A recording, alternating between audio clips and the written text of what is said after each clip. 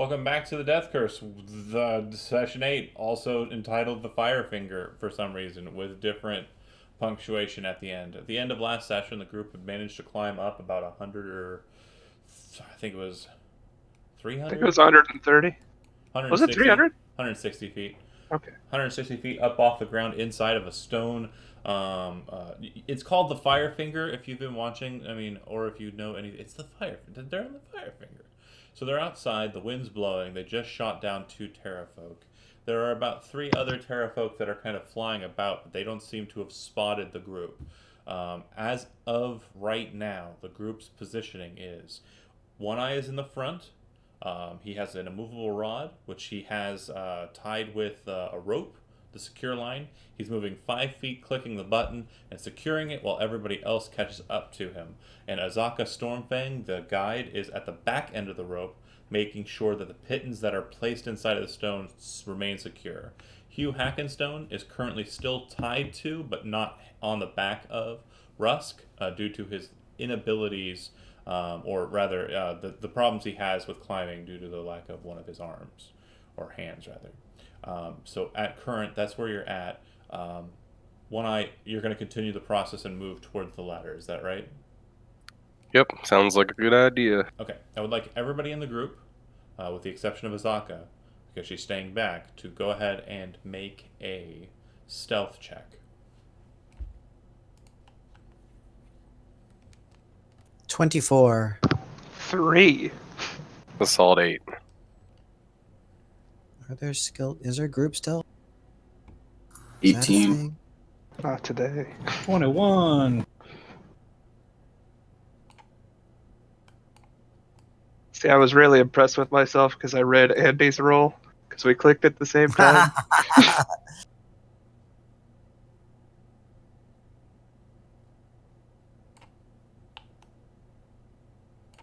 All right. So more than half of you complete it. One Eye, you're obviously a little less stealthy, but you're also running the pack. So you're very small and not very noticeable. Doral, you are a massive kind of creature, but due to the others kind of moving quietly and you kind of holding the line behind others and kind of looking like a rock yourself in your armor and your gray skin, kind of moving towards that direction, the Terrafolk don't seem to take notice of you. Once you get to the base of the ladder, One Eye, and if you want to go ahead and everybody follow along and move up behind One Eye to the ladder, you'll note that one of the Terrafolk swoops down about 100 feet and seems to be heading towards a landing in between the landing that you're on and the landing that you first entered into the place, kind of dropping down to this position down here on the Firefinger. And it looks like one of the others moves up to the very, very top, the peak of the Firefinger, and you presume landing up there as well. And then the third one lands directly above you at the top of the ladder.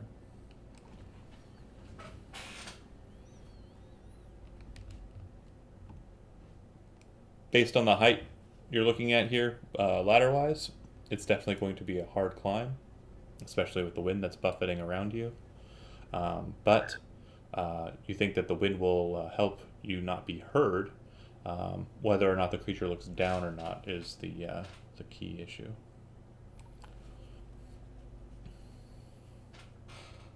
Forgive me, Zach F. Are you playing Tor's role? No, he's playing Hackenstone. Sorry. Oh, okay. Oh, Hugh, you said. I'm sorry. Yep. Got it. Oh, And yeah. I'm going to give control of Tor to you, Zach, since not Zach F, Zach W, because he's your brother. Goody. Do you want me to roll for the guide? Well, yeah, you're Hackenstone for the rest of the game. That's just the way it is. He was talking.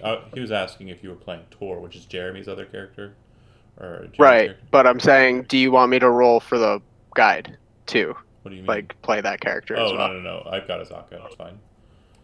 No worries.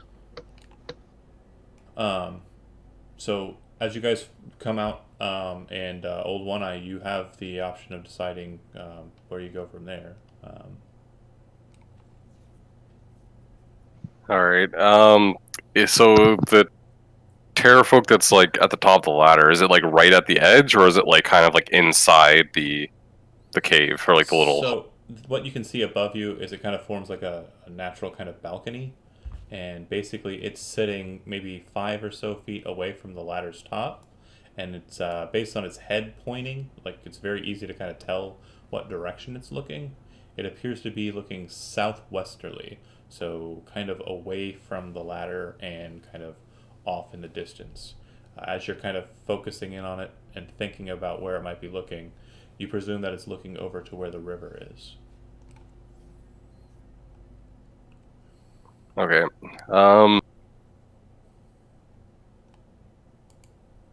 And Shadow's right behind me, and he's a pretty good climber. Yep, I have a climb speed. All right. So, do you want to just like rush him, me and you, and we'll just try to like take him, attack him head on? That's always a good strategy. I am down about not quite half, but I'd be willing to do that as if you take the tank roll. Yeah, And like you if I said give how him, far up? Sorry, I'm just trying to. How yeah, far go up? for it. So the ladder is it ascends about 80 feet. So Okay, I can't help. Never mind. Go ahead, guys. And also with the wind blowing, any range attacks that are not spell focused are going to be at disadvantage. Yeah. Sorry for interrupting. Go ahead. No worries. And you said there's not really enough room for anyone to like maneuver, like to change our order, right? Like there's not enough room on this. If you use if you use the ladder and also the little platform off to the side around the edge there, to the north, you could be able to redirect and kind of change the order, kind of shuffle the group around to allow other people up before you. Without being okay, so instead of me going up, because I'm not the best in melee, so if we're gonna like rush him, maybe Rusk, you could go up there as like the crazy man you are, and then just like go hard on him, and then Shadow can come up behind and if you shank him, shiv him. Because I count as 2 people. Yeah, if you tie Hackenstone. Because I got one on my back. Yeah, there you go. Hell yeah.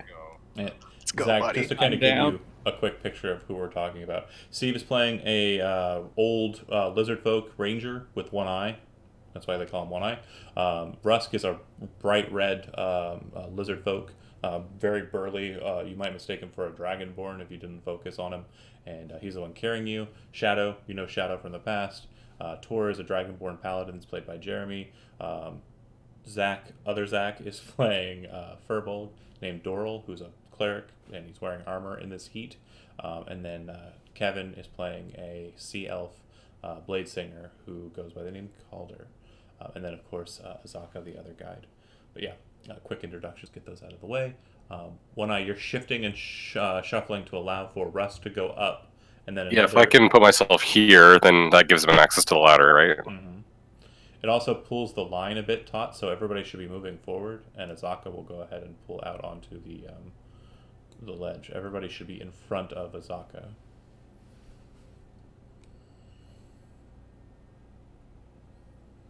All right. So Rusk and Shadow are going on an operation, kill this guy, and everyone down below. Is anybody preparing anything? Casting. So I'm just. Do you have any heals left, or? Sure. Yeah, I'll give you a. Yeah, I've got plenty. Let's go with the healing. No. Let's go with an actual cure wounds, level 1. Okay. Give you an awesome. extra Okay. 7. Okay. And then, John, I have a question. The rope, is that my rope or is that someone else? I believe it's yours, yeah. Okay. One option is if we have additional rope, I have a grappling hook. I could put the hook on the top of the ladder to secure us for. The ladder is really well made and looks like it should be fine. A rope won't exactly help too much in Okay. regards Okay. the climb. That's fine. No problem. That said, Yeah. go ahead. I'm just going to wait until the other 2 are up all the way before I go up. Okay. I don't want them to fall down on me. Are there any casters or shooters from down below that are wanting to try and get in on the action here? Okay, I'll No, whether it's windy, I'll knock an arrow, and if I see the Terrafolk kind of like take off, like out of the thing, like to get away from their attacks or something, then yeah, I'll be ready to loose an arrow. Okay. And Kevin? I guess same thing, but with catapult instead of Okay. the spell. So If what's catapult's range? I think it's up to 90 feet. Okay, so it's 80 feet above you, so that makes sense. Okay, and are you just picking up a piece of loose stone to use that as your shot, or? Yeah, I'm assuming stone's abundant where we're at. Oh yeah, to be sure. Okay, I'm gonna go ahead and get rid of these Terrafolk that are close to you, so we can kind of get away from them. I would like for Rusk to make a strength athletics check. This would normally be at advantage because you're climbing up the ladder, but because you have Hack and Stone on your back, you're just making it straight. And then Shadow, you have a climb speed, so no need. All right. Okay. As you guys are nearing the top of it, I would like the both of you to make all three of you actually, to make a stealth check. 18. 19. 4. 4. The majority of you seem to make it, but you can kind of hear, like on the back of you, Rusk, just a, or however you want to do it, just like he's ready for combat, holding a battle axe in his one good hand, and kind of like he's got his stump slumped into a nice tight groove on the pack that he's being carried in. All right, so the three of you will make it up to the top. When you get there, 1 second, you'll basically be attacking from the ladder, jumping up and then attacking from the ladder. So I'm going to move you to the part of the map where that is, and then we'll go ahead and roll initiative, the three of us, and you guys will be operating with a surprise round. I'm going to put you away from the cliff, so you can kind of, because you can climb up any position. However, the Dragonborn, or sorry, not Dragonborn, the Lizard Folk, sorry, I apologize, has to come up from the ladder. All right. So, Shadow, go ahead and place yourself on the outside of the Firefinger, wherever you want to be to climb up. I don't know where I am. Oh, Everything's black. bottom left corner.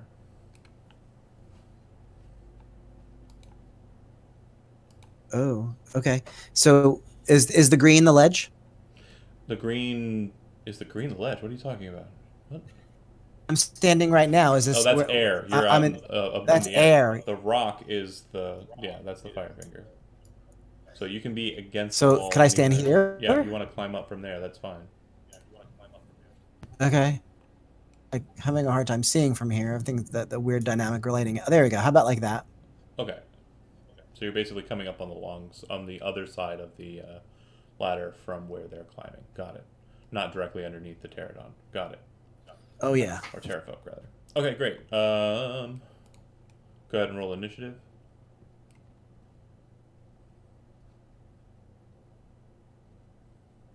Ooh, crit. 6. All right. But you did say this is a surprise run, right? Correct.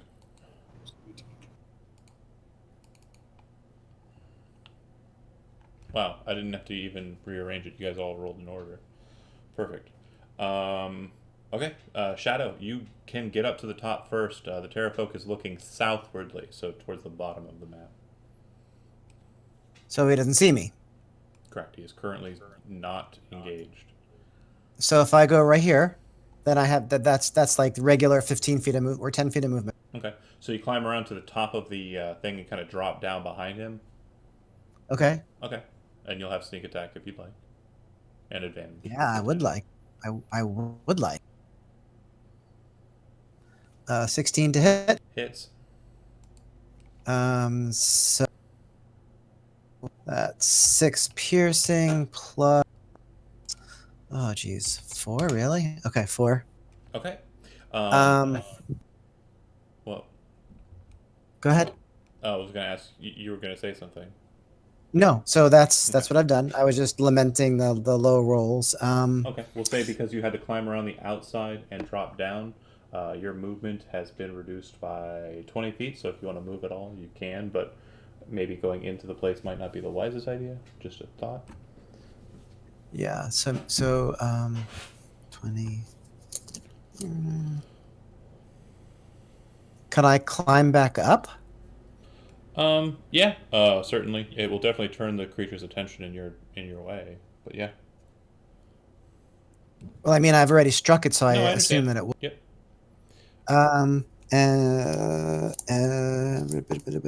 So the yeah, Taking too long. bonus action. I'm sorry, that I'm done. Yeah. I'm gonna hide. Yeah, that's fine. Rusk, you're going to climb 10 feet up to the top of the ladder and be up on the top with a total of 15 feet of movement expended.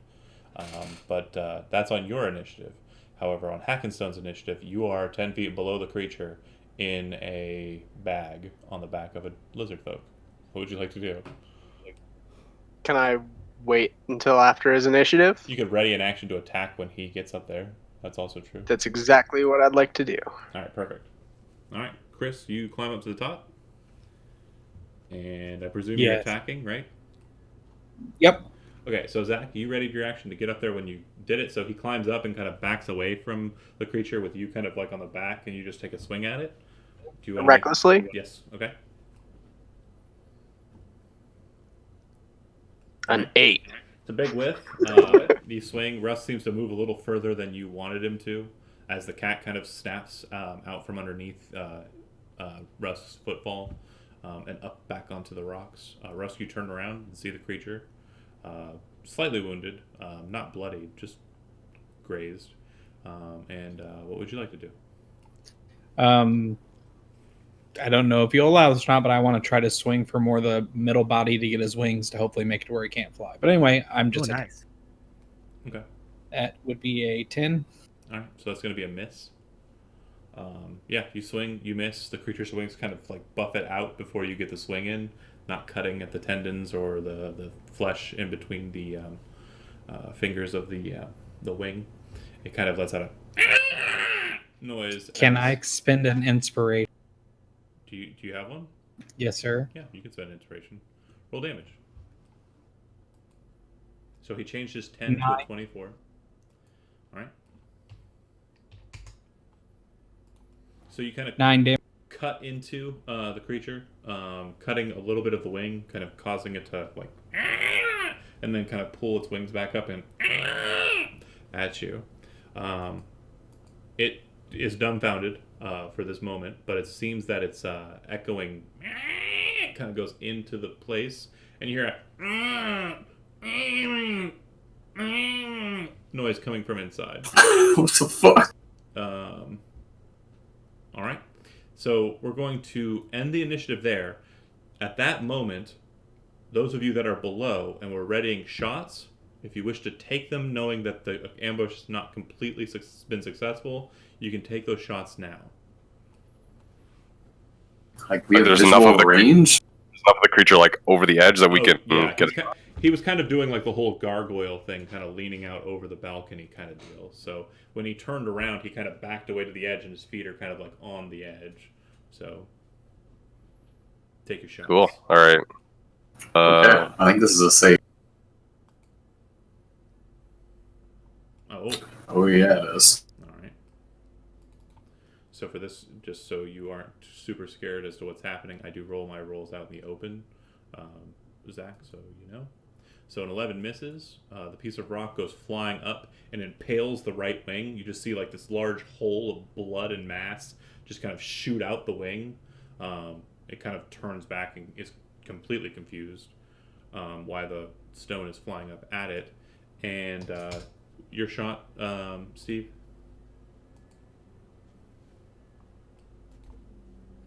Again, at disadvantage.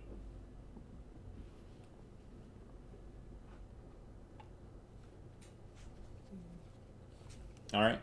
Pulling as hard as you can, getting that bow as close to the ground as you can.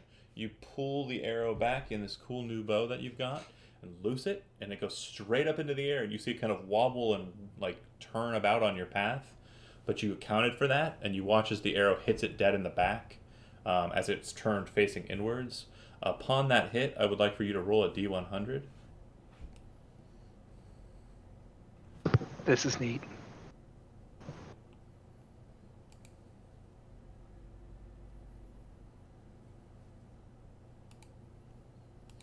I would like for Calder, Tor, and Doral.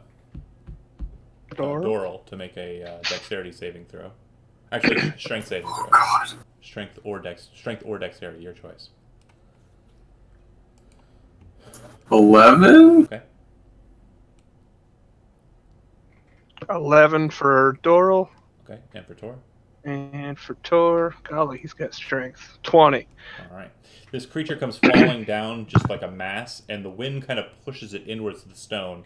It hits against the rock, like maybe 30 feet above you, and then comes slamming down. Calder, you kind of step to the side as the thing kind of just blasts against the stone. A couple of rocks hit you in the shoulder, but you manage to kind of keep close to the wall and hold on to the rope that Azaka has secured directly behind you. The other two, similar matter, except it kind of splats in between Calder and Doral, who step apart just a little bit to allow for it to smash, and then it continues falling down. You take 2 points of bludgeoning damage from the falling scree, but nothing else. Is that all three of us? Yeah, all of you take 2. Okay. All right. Now, at the top of this initiative round, because it's going to get real, I would like for everybody to roll initiative. Oh god, dude, it's about to get real.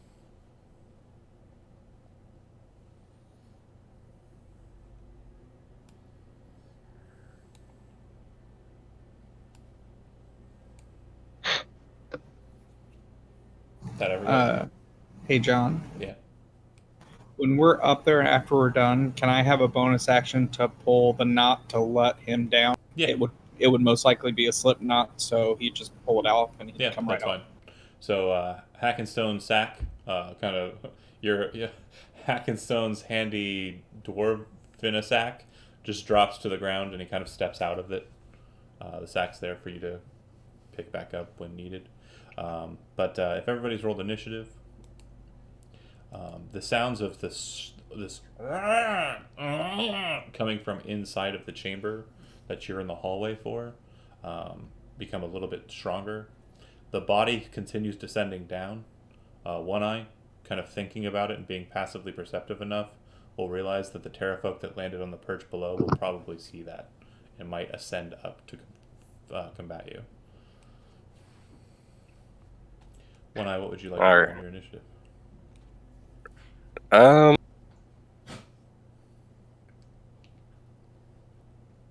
gonna head up the ladder, but before I do, What are you doing with the immovable rod?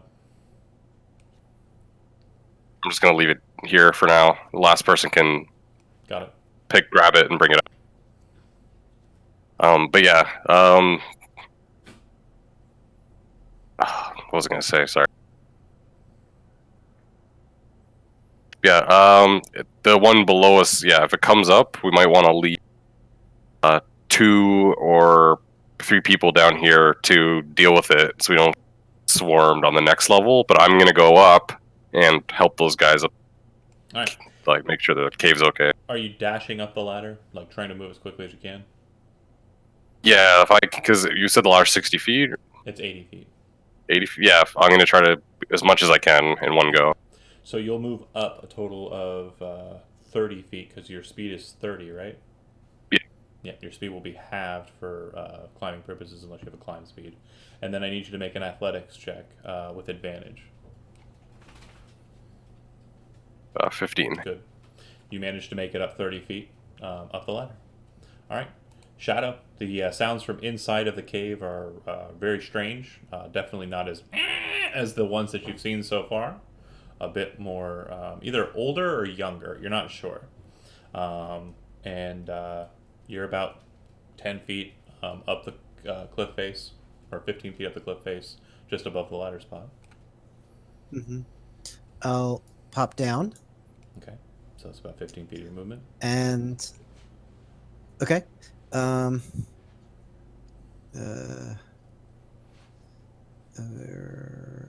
actually going to crap. Not exactly sure what I'm going to do. You see the cat just kind of drop one off the ladder? If I were in Hackenstone's position, would I have a shot on the big guy here? I don't know. Okay. So this is 15 feet, you said? Or Yeah. 10 feet? The squares should be squares, yeah. Gurk. I'm going to bonus action hide. Did I do that? Or actually, I'm going to take. Crap. What I'm going to do? I'm going to hide. Yeah. I'm going to try to get sneak attack next Okay. time. Go ahead and make a stealth check. You 16. could ready your shot for when Hackenstone and There Rusk you go. engage. That's what we'll do. I don't know why I'm thinking straight today. We'll do that. Yeah, you're way out of it. Because I'm like I can see it. You're like I want the sneak attack. I want it. I'm trying to get it. Okay, so you're hiding behind the corner just at the top of the ladder. Yeah, and I'm waiting till they attack, and then I will attack. Okay. I'm gonna be a kind DM to you because it does seem like your brain's everywhere right now, kind of scattershotting. You may want to move to Seriously. the other side of the balcony because the ladder is where everyone will be coming up. Thank Give you. them a place to Yep. get up there. All right. Shadow moves behind Rusk and kind of just sets against the stone. You kind of look over the balcony edge and you can see darkness. And then out of the corner of your eye, kind of towards where the river's at, you see several dozen blue flames, like way off in the distance, all the way out where the river's located. Some hundreds and hundreds of feet away. I see that. Yeah, Do I recognize what the blue flames might be? they look really creepy. Hmm. Okay. All right. If you're familiar with what a will-o-wisp looks like, kind of looks like, or like a lightning ball in real life, kind of looks like that, but blue. All right, Hackenstone, you are free of the pack, and it sounds like whatever is making those weird noises right around the corner. Yeah, I think we all know what's happening. I'm gonna go hit it. I'm gonna hit it with this axe. All right, if you step forward Can I 2 squares. hit it from here? No, that's not a space you can occupy. Okay. Yeah. Yeah. Let's do that. That seems like the decision this character would make. Sure. It looks like they're, Yes, it is. when you kind of come around to it, it looks like they're tightly bound around this fire, and some of them look like they have kind of like adornments that are very shamanistic. They're kind of looking at the fire, and they all kind of turn their heads at you, still making the weird sounds, like turning their heads directly on you. And then you come in with the axe and hit the closest one, who's kind of needling its head out the gate there. You hit the stone and kind of. Did you do so recklessly? Yes. Oh, okay. You hit Oh, fuck yeah. 12 hit. and put a decent cut across its beak. Kind of backs away. Ow! Ow! As it backs away and I pull the blade back, I point at him. You're facing Hugh Hackenstone now. He's doing a really good job. Just Yeah. doing Yeah, really really. well. Could I take my ready to action? So you, yeah, you can. Wait, hold on a second. So you moved, you bonus action hid, and then you said you were readying an action to do what? Sorry, what was your exact triggering? To attack when an ally attacked. Therefore, giving me advantage. And remember, I have feline agility, so I could make that movement. I can stand well, no, on. The problem is you have to use feline agility on your turn. If you're readying an action, you can use ready to action, and the amount of movement that you had left over in your turn is inconsequential, even with the mobile feat. Okay. You would move Okay. a total Okay. of 15 feet. You would get behind him. Yeah, I suppose you can clog up the works. Yeah, go ahead and run in there. No, we're not going to clog up the works. We're No, just going to. It's fine. You can get to right behind him, but that's where you'll stop. That's your movement. You'll be able to attack the same one.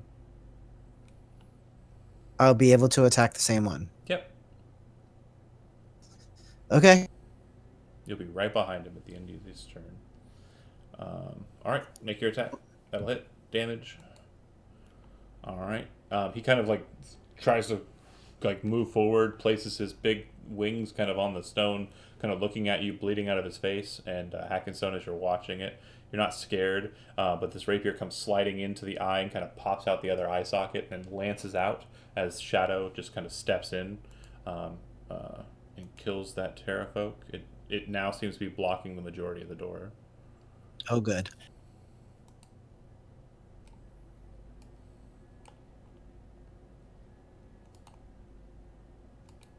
All right. All right. Zach, you are back a little ways, but you could make it to the ladder and begin climbing 5, 10, 15. I would say if you do a dash action. That's you'll- what I'm thinking I'm going to do. I have a climb speed because I drank the Oh, climbing potion.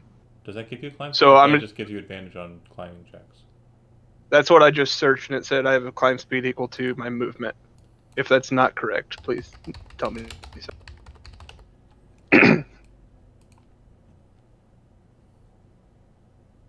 Yeah, you gain a climb speed equal to your. Yeah.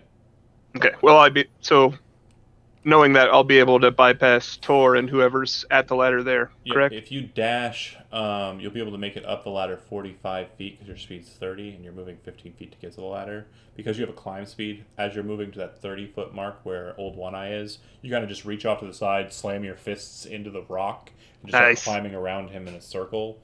Second Gargoyles reference. Kind of just laying there, like on the ladder, kind of looking at you as you do it. I will need, because of the wind, I will need a strength athletics check. You obviously have advantage, and I'm going to set the DC lower because of the climb speed. Got it. Great. 23 with advantage. Crit. Cool.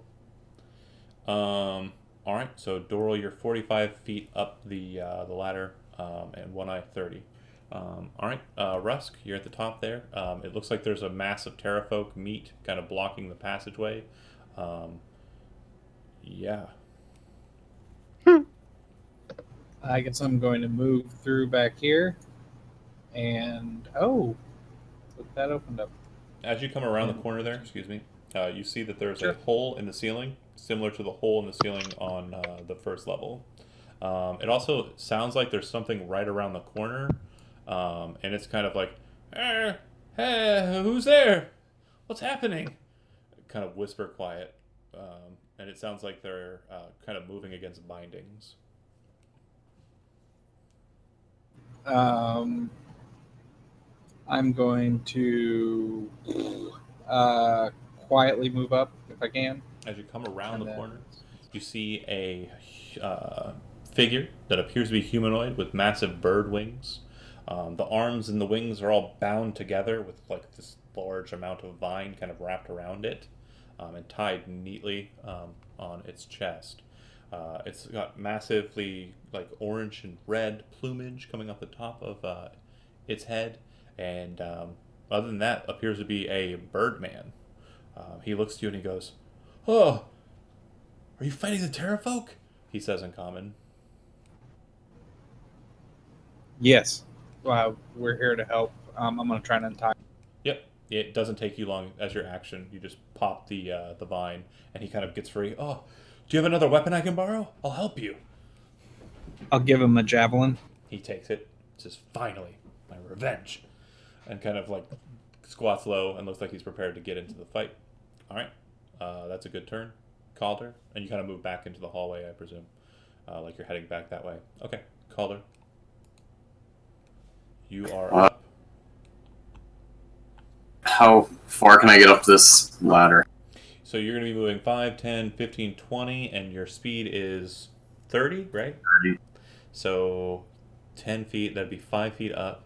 And then if you dash, you can get another 15. So you'd be a total of 20 feet up, 10 feet behind One Eye. Sure, Okay. I'll do that. You maneuver around Tor, who kind of helps you kind of get to the front and start climbing up. All right. The Terrafolk inside, they start kind of like really annoyed, just trying to get the matter handled. The one directly behind the one that's dead grabs the body with its claws, just starts dragging it, and slowly like creeping over the top of it as it does so, basically switching positions with the dead one.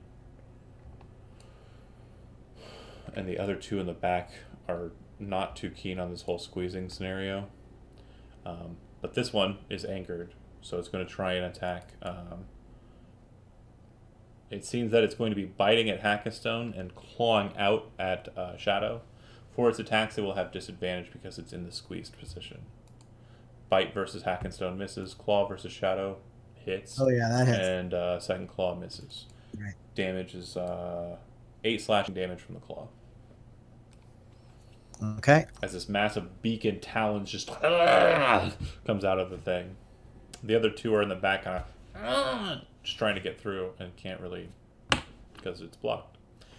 Tor, looking at the situation, kind of sees everything kind of going on. And what do you want him to do, Zach? Again, knowing that there's a Terrafolk beneath you heading this way, and Yeah, Tor is going to kind of get to the other side of the ladder Mhm. and kind of station himself there, just sort of being prepared for the just inevitable as the Terrafolk. back group, and making sure Azaka can get onto the ladder herself. Okay. How far below is the other Terrafolk? You can't see him. Yeah, he was about. We just saw him fly in that direction. Yeah, and Okay. perch down there. Yeah, but you can't see him. Yeah, he's just going to anchor himself at the bottom of that ladder and make sure everyone else can get up. Okay. Azaka very quickly moves up to the bottom of the ladder, reaches out, grabs the immovable rod with the rope all bound up on one arm, clicks it, puts it into her pocket, looks to Tor. Alright. One Eye, you are 30 feet up, and 15 feet directly above you is a Doral. He's kind of off to the side, though. It doesn't look like he's taking up the whole ladder. He's kind of climbing one half on the ladder, one half on the stone. So you could probably breeze past him if you wanted to rush up. Yeah, gotta go fast. So you're up 30 feet more, so that'll put you up 60 feet on the ladder. Alright. 20 more feet and you'll be at the top. Hooray. Shadow. Yep. I'm going to attack the one that. Okay. Because it is in the squeezing position, attacks against it have advantage, but it does have a bonus to its AC because of the cover.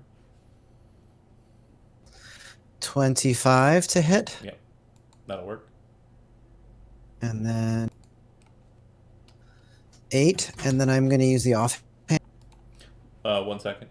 So as you stab it with the rapier, kind of like bringing it up and then just jabbing it down into the creature's head, it kind of slumps down and just kind of pockets the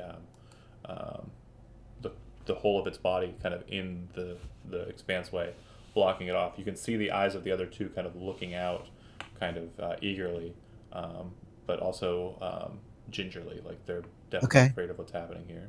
And then I'm going to move and You're pretty sure there's enough get space for behind you to my get buddy. over and in if you wanted to sneak into. No, I'm good. Alright. I'm good.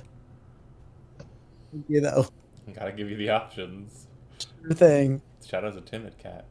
Hackenstone. It does look like there's enough room for you to get through as well if you want to jump over the body of this one and go in there and fight. Yeah. Yeah. Their faces hacking stuff. Alright. Go ahead and make a reckless attack and basically just put yourself on top of the Terrafolk beneath you there. Does it need to be reckless if I already Oh. have advantage? No. That's the one that's in the hole you had advantage against. Got it. The two Understood. that are hanging out are fine. Then yes, recklessly. Hit. 18. And yeah, you knock his jaw clean, like just knock the bottom portion so it's like offset. It's still alive, but it's definitely very scared. The other one just kind of backing in the corner, kind of lifting its terra claws and kind of like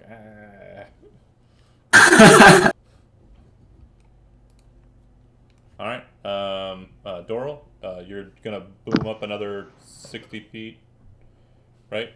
I was 45 feet up, right? So you'll basically be popping up onto the top in a 35-foot amount of movement. So let me go ahead and just. Oh, it'll take another 35. Okay. Yeah. Then I'll dash get up there, see what I can see.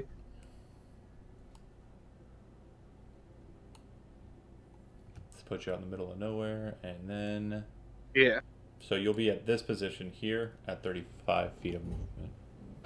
40 feet. Okay, Of movement I'll wait. Top. Sorry. I'll wait there to the side of the ladder. Make sure Okay. Tor and the others can all get up. Chody. It sounds like the hole is pretty much blocked with a dwarf and a dead Terrafolk. If you want to go in there and make a strength check to try and pull the dead Terrafolk out to open up a space, you could. Yeah. All right. Go ahead and make a strength athletics check.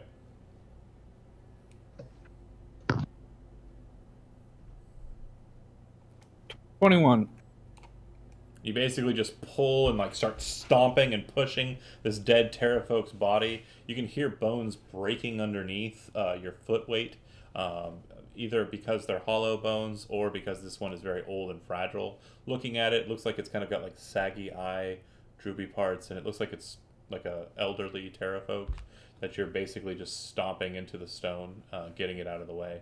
Now you can see Hackenstone basically face to face with one who's got a broken jaw and the other one who looks like it's just trying to, whoa, I don't know about all this. I like it. We were just playing euchre and you just jumped into our little. Yeah, are we the good guys in this game, guys? Well, they were holding a hat Are costume. we the baddies? The answer is always yes. Calder, you're about 20 feet up. If you want to dash, you'll be moving 30 feet further, so you'll be 50 feet up. Will that make me all the way at the top, or am I still on the You'll ladder? still be 30 feet from the Jesus. Alright, yeah. I do that. athletic check with advantage. Oh, what check with advantage? Strength? Athletics, yeah. Oh god, 7. You only make it up about 10 feet before you start just kind of holding in on the frame and kind of stopping. So you're now 35 feet up, not 30. Or, sorry, you're now 25 feet up, not 20. Kind of holding onto the frame, just kind of petrified. The wind basically almost Yeah, fucking terrible. you and your robes clean off of the ladder. Alright. On 4, you hear a very loud sound from beneath you. And if you kind of look down, Calder, you see that there's a Terrafolk like ascending up from underneath Azaka and Tor. You see Azaka very quickly hand something off to Tor, and Tor kind of take it in his hand, confused, in his shield hand. And then Azaka kind of readies herself and yells something out in a weird language, kind of almost sounding like these Terrafolk. The Terrafolk flies straight up and dives right into Azaka. And Terror Dive. So bite, claw, claw. Miss. You see the head kind of miss, and Azaka kind of place her foot down as the creature's coming up, step on the foot and kind of smash the beak down onto the stone, jump up in the air, like vaulted by the creature's like momentum, a good 10 feet in the air, catch onto the stone as the claws swing underneath her and miss. Azaka kind of like hits the stone, crouches her body inwards like kind of Spider-Man style, and looks like she's about to springboard off of the bottom and just dive right into that Terrafolk. What does Tor do, seeing this situation? The Terrafolk is basically stuck on the landing there. I'm gonna make sure he's really gripping whatever he handed to her. And he handed her off the movable rod and the rope. got it. That's what I figured.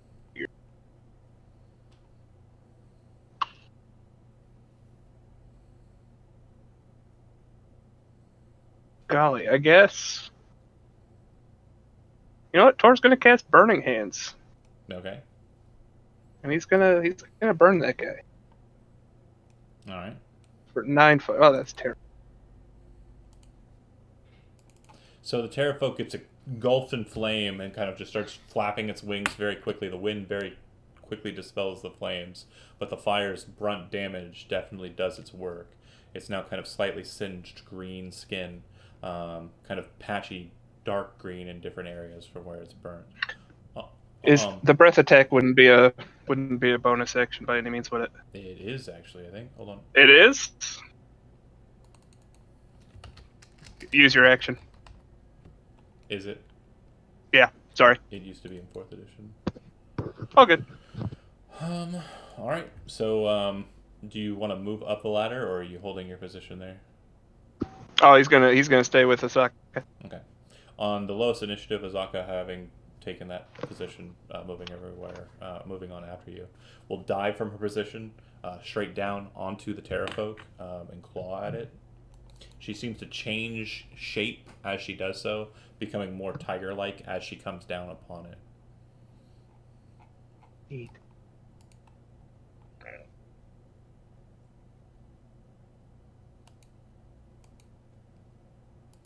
First one hits, second one doesn't. This Terrafolk looks pretty wounded.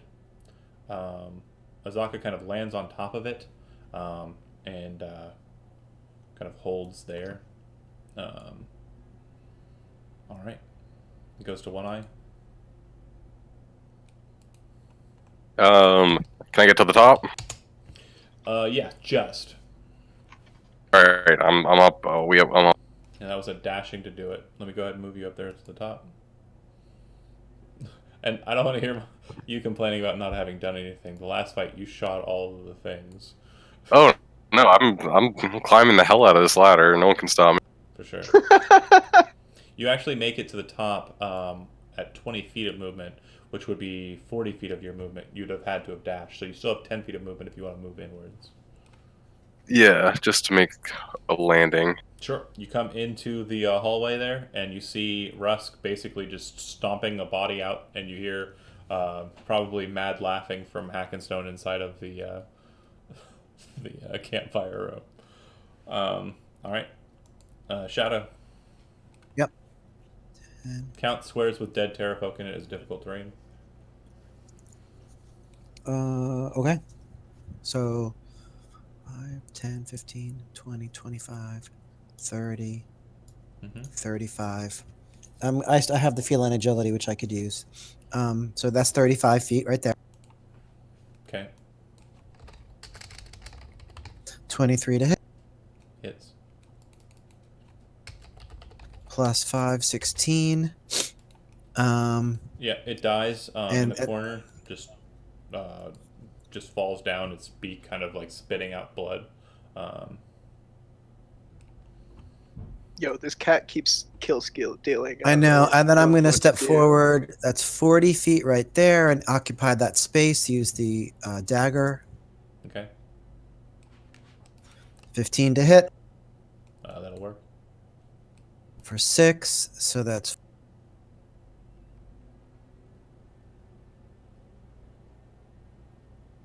60 right there. Okay. And that was just Right. The you fancy fire. You moved Go in. ahead. You attacked, and then you feline agility out or bonus action dashed out.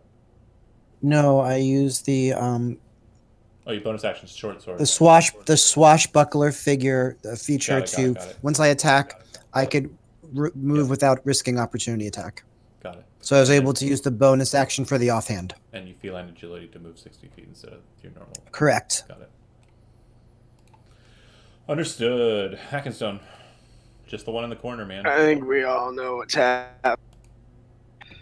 24. Yeah, that'll work. It's kind of like still holding its hands up, and the cat rushes in, stabs it in the chest. It's like, ah! And then you come up and you go, ah! Just bash it in the head, and it just lays dead in the corner. Can I try to stop him? No. Oh. You're busy. I mean, Maybe another character. if you want to say something like role playing wise, go for it. But I mean, I'll let Zach decide whether or not Hackenstone's If he already killed it, I was going to try to stop him from killing it, but it's fine if he's already killed it. Yep. Butchers him in the corner. All right. That'll go to Doral. We're still technically in a combat, even though everything up top's done. The Terrafolk down below, he's about 60 feet away. If I'm at the top of the ladder? 80 feet. 80 feet. Give me just a moment.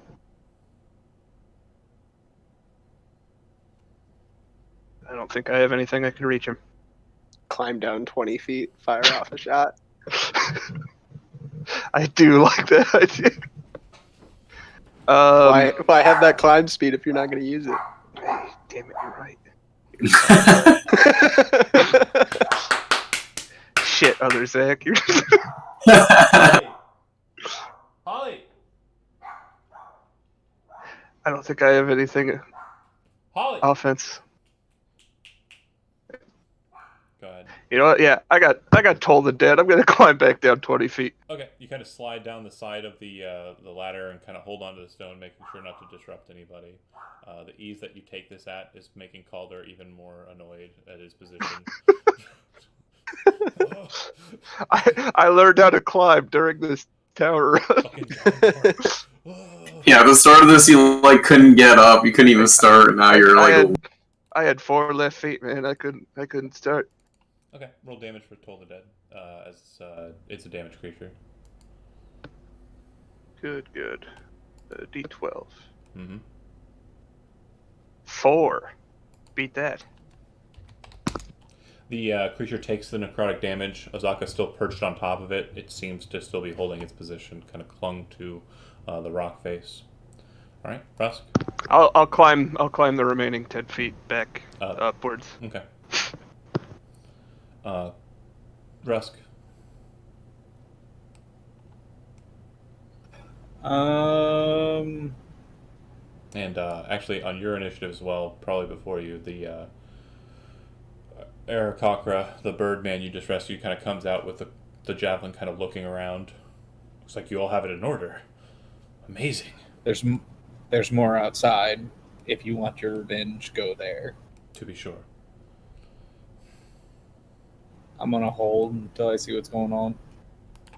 Calder, 35 feet up, holding your position there. does Azaka look like she's got this handled, or? She looks like she is basically tearing that thing apart and hasn't taken any damage yet. She just dodged its dive-by attack. She Kind of pinned it to the floor. Can I make it to the top of the ladder this turn? You'll be moving 30 feet more, so you'll actually jump to a total height of 55 feet if you succeed on your athletics check. And then if I dashed, I still wouldn't make it. Dashing is the 30 feet.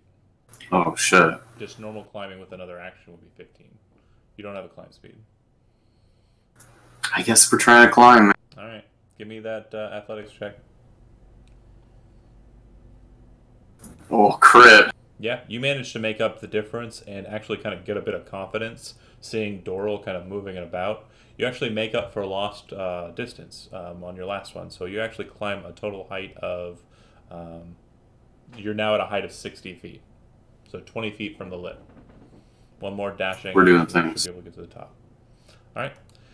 As you kind of get to that position and are kind of keeping your eyes down, watching the combat below, you see Azaka kind of clinging on to the creature's like shoulders, and it's like looking like it's kind of like trying to reach up to grab at her, and she is like kind of, it looks like she's holding it down.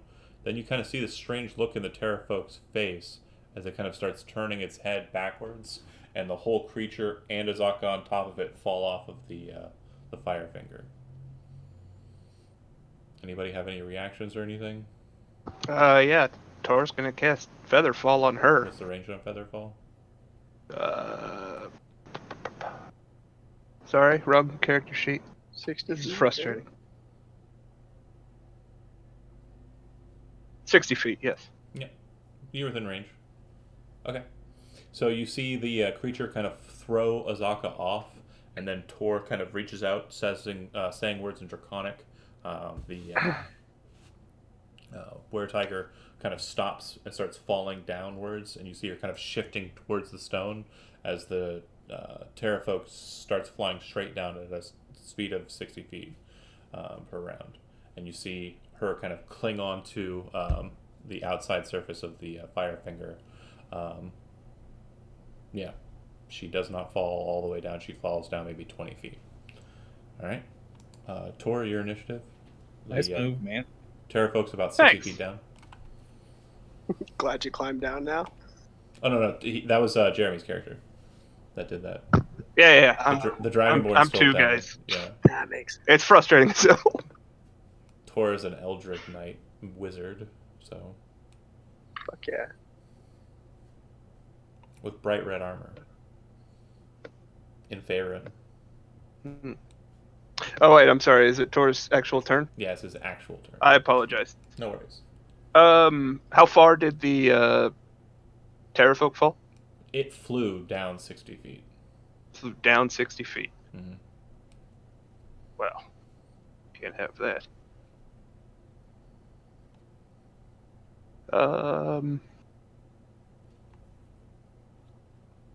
Obviously, That being wouldn't kind reach. on the time because I understand it's not your character. Thank you. No worries. Oh hell, he's got it too. Call the dead. Oh, that guy. Kind of reaches down, All the bells. moving towards the edge, and points down. The Terrafolk will make a wisdom saving throw. He's gonna blow it. D12. 10. You watch as a necrotic bell appears behind it as it's kind of descending down and just slam upwards, kind of causes it to knock up in the air a bit, and then just start spiraling massive wings straight down into the jungle below. And that'll end the initiative count as you defeated the last combatant. Based on what we've seen so far, the presumption is Calder makes his way up a little bit more confident at the end of his climb. And Tor eventually kind of turns back to the ladder, waiting for Azaka to get up, and she starts climbing alongside him, having a climb speed herself while in tiger form. And Calder, you're met by applause. I presume Doral's there at the top. Mostly by Doral, yeah. And when you all kind of start stumbling in, you see that the place appears to have been remodeled. It looks like they went ahead and moved the Terrafolk that was in the corner over to the mid hallway for a nice ambiance of decimation and blood splatter. And then there's also an Aarakocra kind of just present.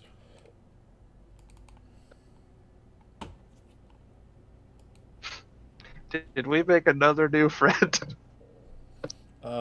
Well, nobody died, so this is out of sorts for us. As you say that aloud, he kind of looks at you and goes, "Oh, well, you've rescued me. My name's Nefer. You lot seem to be doing very, very well at this. I'm grateful for you freeing me. It doesn't seem like much in the way of revenge on my part is necessary." Kind of hands you your javelin back. You're doing quite well yourself, but I should try and use the cover of night to try and escape. There are probably more up above, based on what I understand of their numbers. So be wary. And as he's kind of saying that, Azaka's finally coming to the top, kind of moves past Doral and looks to the bird. "Have you heard anything about a wooden mask?" I believe that it's up above. I think. You speak of the Mask of the Beast, do you not? Azaka nods her head. I believe it's above. She says, "Good. We're almost there." And he says to you all, kind of looking to Doral, who was the one who spoke, I urge you, if you are to leave this place and are seeking a reward for rescuing me, visit Kursabal. It's where I'm from.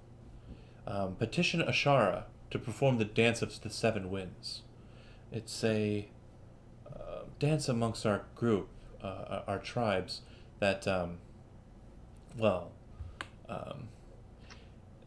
you aren't gifted with the same gifts as I and the Terrafolk are gifted with, but it will give you that ability to fly into the air above the treetops.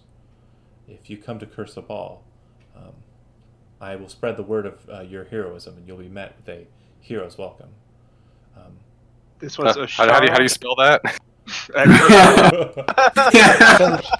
You threw a lot of information at us. Visit Kursabal, petition Ashara, Dance of the Seven Winds, ability to fly. Learn to fly. Hell yeah. He told me, Doral, A whole new. the guy who desperately needs to fly. He looks to you all. What was the woman's name again? I apologize. Ashara. Ashara is who you're seeking at Kursabal. Thank And then Nefer kind of moves out to the balcony, looking to everyone. And Azaka says something in a strange language that sounds very wispy. And the bird nods his head to Azaka. And Azaka gives a smile. The bird then just flies out off the balcony and descends. I was going to ask about the population of the Firefinger, but... Oh, rewind. If you ask that before he leaves, he says, "I think there might be a dozen or so of these creatures." Is that considering our current or so? Okay. And I'd of course say thank you, and then whoosh. If we're able to, try to find him and his compatriots at Kursabal. He will go spread the word of your deeds. What a sweet guy. be at random high towers like this, singing songs for no reason. Eventually, he'll get his instrument back. What? I don't know what you're talking about. So, you've investigated a little bit in this chamber here, and you would note that there appears to be another chimney leading upwards, or you could try to climb on the outside, but there doesn't appear to be any other ladders that make it up that way. So it looks like the chimney is probably your best bet. Yeah, we should do the same thing we did last time with the chimney. Yeah, I can climb. I can take the immovable rod, tie a rope, affix it to the edge of the like the one side of the chimney, right? Is that what I did last time? Essentially, just having the rope droop down so that we can Right. send it, and then put our backs against like the chimney so we can shimmy up, and then the Right. rope is just there Who's for us. ascending first? I'll do it first. Every time I do this, I get destroyed, but I'll do it. Watch out for mosquitoes. Or fire, or whatever. Yep. Okay. Go ahead and make a stealth check. You know what? Before he goes up there, Nice. Thank you. Before he goes up there. I had. Is it Blessing of the Forge? Yes, I'm going to touch his armor and give it a Shadows. +1 to AC. Yes, Shadow. That's Okay. good. Thank you. So as you come up, you come to the top out of this hole, kind of peeking your head up and looking around. The spire's pinnacle is flat and roughly 40 feet square. The edges are crumbling away. It wouldn't be safe to stand too closely to any of the edges at this top surface. Vines and low brush grow in profusion along the edges of the surface here. Bones and scraps of meat from dozens of creatures are scattered everywhere. One of the very first things that you see near the hole is the head of what appears to be an adventurer staring at you in horror. A crumbling stone tower rises another 30 feet above the northern corner of the platform, so just to the north of you. Tumbled debris from the tower is heaped around its foundation. 3 humanoid creatures with needle-like beaks and leathery wings are worrying the last shreds of flesh from well-chewed bones near an open doorway into the base of the tower. And it does look like there's a fourth one of these creatures just near where you are at. You presume this is the one that flew to the top and perched atop the top here. One of the flyers from the top. It doesn't look like it's engaging in the others. It looks like it is just staring out into the night from the south. And I'll go ahead and move your token there so you can see what I'm talking about. Super. So at this point, I have ascended up. I've set the immovable rod. Okay. Mm-hmm. I've set the immovable rod, and I've hit. Yep, you are stealthy at this point. So basically, if you want to do anything besides sit in that hole, it's going to require some kind of check. But basically, you're free reign. Those 3 over there in the corner look like they're fighting over some meat. The one just south of you looks like it's looking out in the distance. They all look, the 3 that are fighting over meat, they're doing so kind of tiredly, lackadaisically. It looks like they're probably, getting ready for a bit of rest themselves, or have just woken up recently. You're not sure which. Okay. And am I blocking the way from the people to get up? Yes, you would be blocking the way if you hold your position in the hole. Okay. I'm going to hold my movement until one of the party members who's ready to attack is right behind me. Who's next in line? Doral's feeling pretty good. It Yeah, seems big like guy, it big, might be thick boys first. Would anybody like assistance? Cough, Kevin, cough. Getting up this rope. We can Princess Bride this thing. You want to go together? basically tie I'm you back to him in the like backpack. Hackenstone's. Yeah, sure. And I assume Rusk is putting Hackenstone back on his back. Yeah. It's Same old papoose. rinse and repeat. Okay. So while that's happening, One Eye, do you want to ascend up there and kind of give another stealth position as well for Shadow? Seems like you have a unique opportunity here with the stealth. Sure, we'll try that. We Shadow, can try. Yeah, One like Eye's, if Yeah. One Eye would be directly beneath you and will not be able to ascend past you to get up to see what you're seeing unless you move. It looks like you could probably dart into the tower, dart to the side of the tower, but that would put you close to the ledge. or you can just pop out and stand there like you're a tourist. Your call. Yeah, that wouldn't be what I'd want to do. Sure. I'm gonna try to sneak into the room. Okay. Based on your last check and based on the distractions at hand, go ahead and make your stealth check with advantage. Oh boy. 10. Go ahead and move into the tower. Oh boy. Good luck, champ. One eye make a stealth check. 11. All right. So basically, what happens is the shadow kind of pops out, and as he's kind of scraping across the hole, a bunch of stone kind of falls back behind him, and he kind of rushes towards the tower. You see all three of the ones that are hungry kind of like turn like velociraptors towards the door, and this one kind of steps in that direction, just one step, kind of moving its head towards the door, kind of looking around to see Shadow eye to eye. As that's happening, you kind of like brush the stone loose and can hear beneath you who would have been coming up next, Rusk or Doral. After One Eye would have been Doral. Okay, so Doral's kind of ascending below you. You kind of look down for a second, then look back up, and when you kind of slowly turn your head, your one eye gets a face full of the Pterodon to the or Pterofolk to the south of you, looking straight at the hole and looking at you. Get out of that hole. Get out of the hole. Let me change the map real quick. Everybody rolling. Yeah. Oh, good. Hey, I did okay. We're all doing. Oh, Why you gotta put that evil on me, dude? sorry. Aren't you strapped in Genuinely anyways? sorry. I'm all doing so well. We're all Oh, doing okay. You're coming up here anyways. Man, I feel like a real dickhead. Is everybody rolled? Okay. What's Hackenstone's dexterity? Zach? 14. Okay, so you'll be going before them. Oh no, sorry, 12. My Oh, bad. So you'll be going after them. 12. Okay.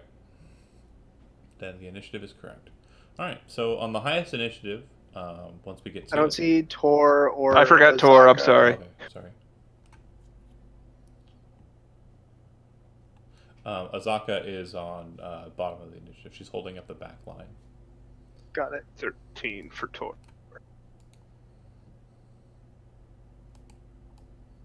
Alright, Shadow. You see the Pterofolk right around the corner, staring right at you. Great. Can you just describe what's happening in the room that I'm in? Yeah, sure. So when you pop into the tower, you see crude nests and 4 moldy wooden chests. The chests don't appear to have locks on them. They're kind of broken up a bit. You can kind of see inside. It looks like there's a bunch of like grimy pennies, some silver pieces. You think you might catch the glint of what appears to be something green and gem-like. Yeah, it looks like just a bunch of treasure, and it looks like where they rest. So there's a fire actively going in there? There's Do I a see fire currently going. How tall are the chests? Probably about 3 feet, not enough to hide behind. Okay. I'm going to step here. Okay, I will attack the one that's in front of me. sure. 20 to hit. 10 plus. Okay, swashbuckler, right? Yep, 14. Okay. And then fuck it, because I have to. I'm just gonna do the off. Okay, 13 to hit hits.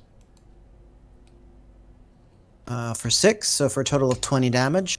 You step in, just kind of realizing you're caught, step in beneath its beak and kind of rent the rapier into its chest, tug to the side and pull out. As you spin around and stab with the short sword, you kind of feel it kind of quake a bit, and you kind of back away, expecting it to just fall limp before you. It's bleeding out of its chest, but it's looking at you with hate. Okay, so then I'm going to move back, All right. and I'm going to try to move into the corner behind the fire. All right.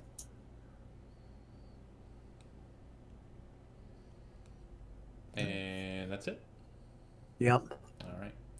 One Eye, you are basically, it'll take you 10 feet of your movement to get out of the hole, and then you can move from there. Okay, if I come out of the hole here, is that opportunity attack? If you come out of the hole there, it will be an opportunity attack. The attack will be made with disadvantage. Because I don't care. I'm gonna go here instead. Okay. Because I'm gonna come here, so that's 10 feet, right? Mm-hmm. All right. Bonus action, Zephyr Strike. So I get a additional 30 feet of movement, and my movement doesn't provoke opportunity attack. Okay.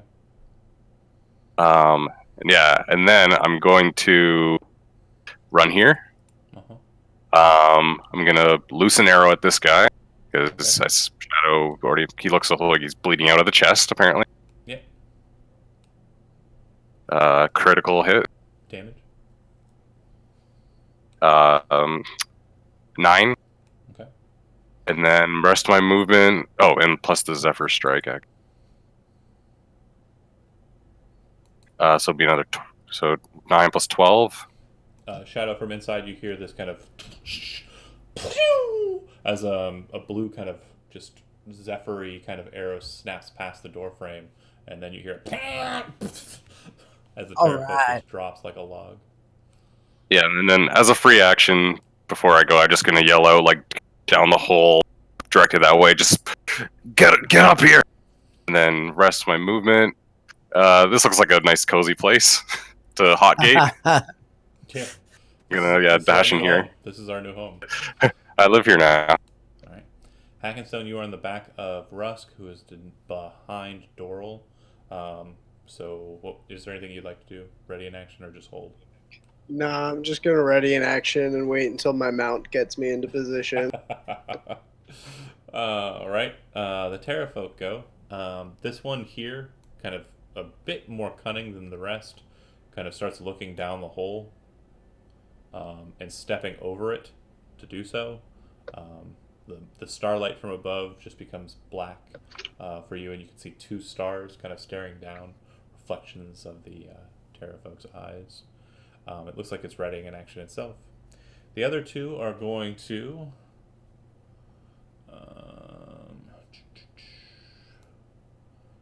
this one's going to move to the door and squeeze through into the chamber. It didn't do it the way I wanted it to, but basically 30 feet of movement. And then the other one starts to lift off, and you presume is flying outside. All right. It will attack. Looks like One Eye is the closest target. And I do not have reach, so yeah. Bite, claw. Oh, very nice. Missing, right? Yep, missing. Just kind of swings at you over the fire. Now you're gonna die. I kind of when it comes to lunge forward and bite, I kind of like use the fine elvish bow and like just put it in its mouth and like twist and yeah. Block. All right. Doral, you are next in line. It'll take you 20 feet of climbing to get up to the top, but you can also tell that directly above you there is something blocking the way. Directly above me, something's blocking? Oh, yeah. What would that be? It looks like the hole is being covered up by a Terrafolk. Oh, that. Yeah. Okay. Let's get up there. I'll see if I can't shift it out of the way of the hole. As you kind of pull up into range of it, it'll just snap down at you and bite. Oh yeah. Shucks. Take 8 points of piercing damage as it snaps its head down into the hole. To those outside looking at it, it looks like an ostrich just...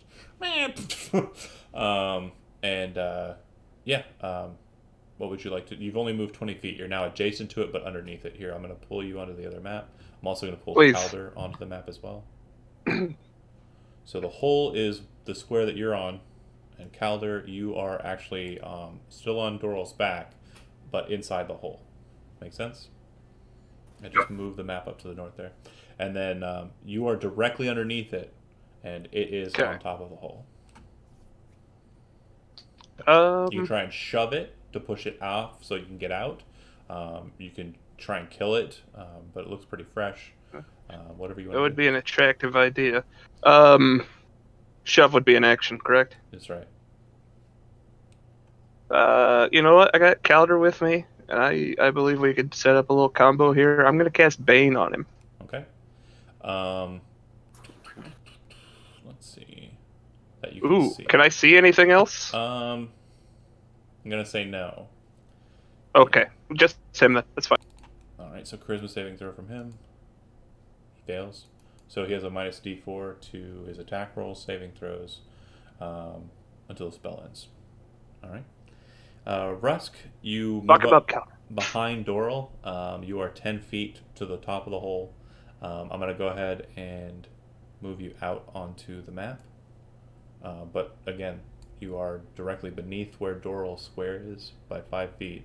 And I'm going to put Hackenstone up there behind you, basically forming a Q in the tunnel. If that makes sense. So you should all be on the top map there. You said the hole is how wide? About 5 feet. So can I rest my feet on the side just so I can get a better hold? You can hold your position, that's fine, but you can't get out.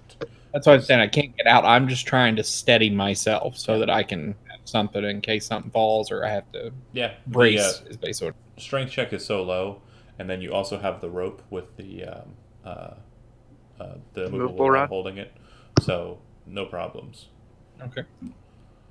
All right, and then Tor, I presume, will move up and basically be last in queue, with the exception of Azaka, who will be right behind Tor, forming up a huge, massive Congo line inside of a tunnel. Cool. I love Chimney. Sounds good. Calder, you are positioned on the back of Doral, who is casting spells from climbing position.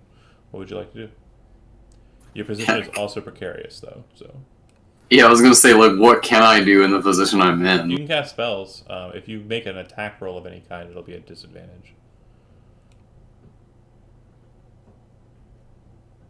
Yikes. But it looks like it wants. I think Doral set it up so that if you make a saving throw attack against it, it's going to have less of a chance of saving against it because it has Bane. Yeah, I guess I could try and catapult it again. Right. You just kind of grab something Some out of rubble. Doral's pack. Oh, good. I got a spare mace. Perfect. Like rummage through his belongings while I'm on his back. There's like an This looks- apple-like fruit that's in there from the travels. You just pull that out and he kind of looks at it. Hey! I was looking forward to that apple. Shoot that bad boy right up into it. And then it's going to make its saving throw. And then a minus a d4. Roll a d4. So One. it fails by 1. Perfect. Good combo. So Nailed it, 13. Bane drops Great underneath use of the Bane. 13. It takes 14 points of damage. Alright. It's Dang. that was a hard apple.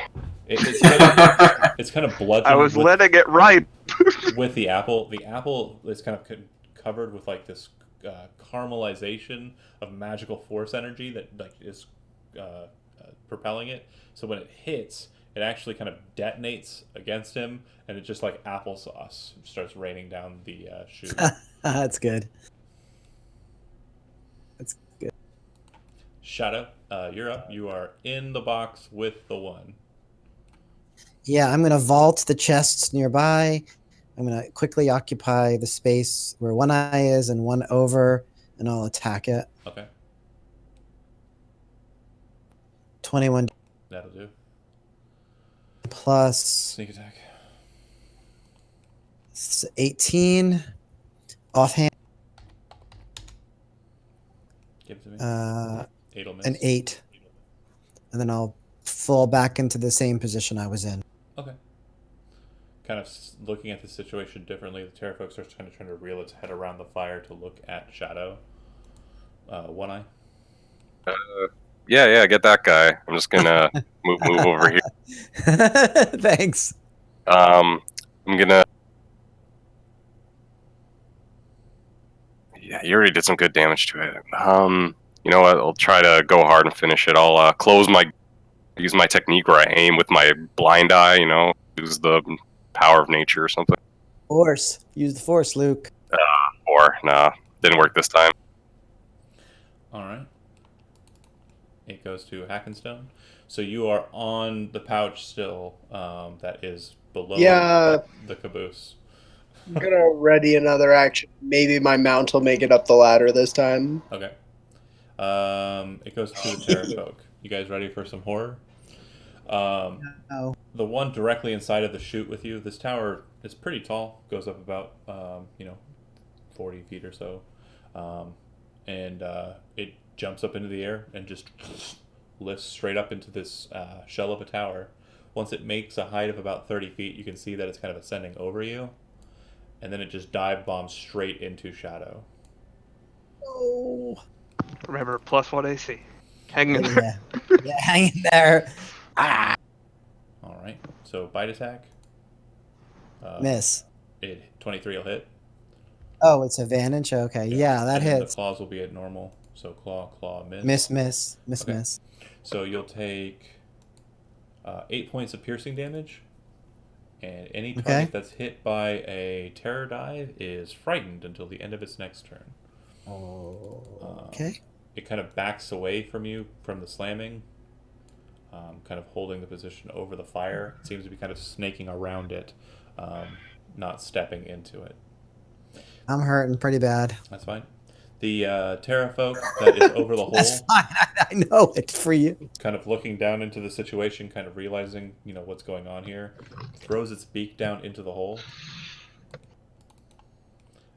And I would like for Calder to go ahead and make either a strength athletics or a dexterity acrobatics check, please. You got this, buddy. Kevin? What? Can you make me a strength athletics or a dexterity acrobatics check, please? It's gonna be an athletics. I gotta go. I gotta Okay. try to get $700. Bye.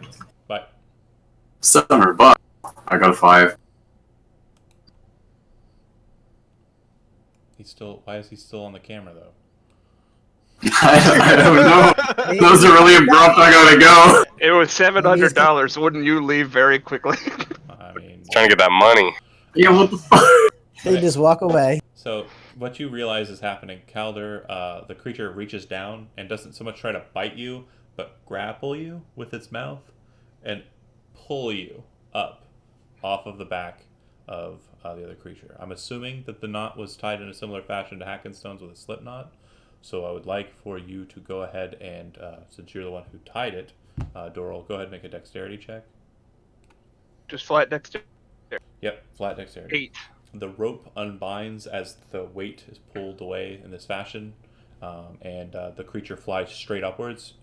You are currently climbing, so I do not believe you are armed, but it flies straight up into the air 60 feet with Calder in its mouth. Did Bane play any part in his ability to do this? It doesn't affect ability checks, does it? Just saving Should've It throws. says attacks and saving throws. Oh, I'm really? pretty sure. I'm sorry. No worries. Let me double check the flight speed real quick. 50 feet. 50 feet in the air. All right. And then as that's happening, Doral, your kind of head is now open to the air, and you think you're fine, but then swooping down from above comes another Terrafolk, slamming down on top of the hole and just buffeting everything into that hole. Man. Yep. Yep. And nope. The crit will do 13 damage. Okay. And the slash will do 8 more. So 21 Oh total. god, this is where we die, boys. Not feeling great. It flew down 30 feet to attack you. You are frightened of that Terrafolk until the end of your turn. Okay. All right. Doral, you're up. It is blocking the hole again. Do I need to maintain concentration on Bane for the other one? Yeah. Sorry, I hit So- you twice, so I need 2 checks, both DC 10. 17, 16. We're good.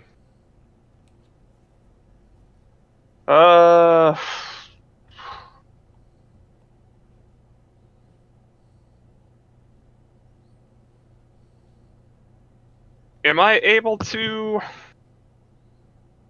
make a weapon attack while still holding the rope? Yeah. I understand I'm below him. Yeah, you can. You can attack from climbing. That's fine. Yeah, we're going to bonus action Searing Smite Okay. and swing at him with this fancy mace. Golly. That is a 9 to hit. All right. That will miss. Yeah. Does anybody have inspiration they want to burn?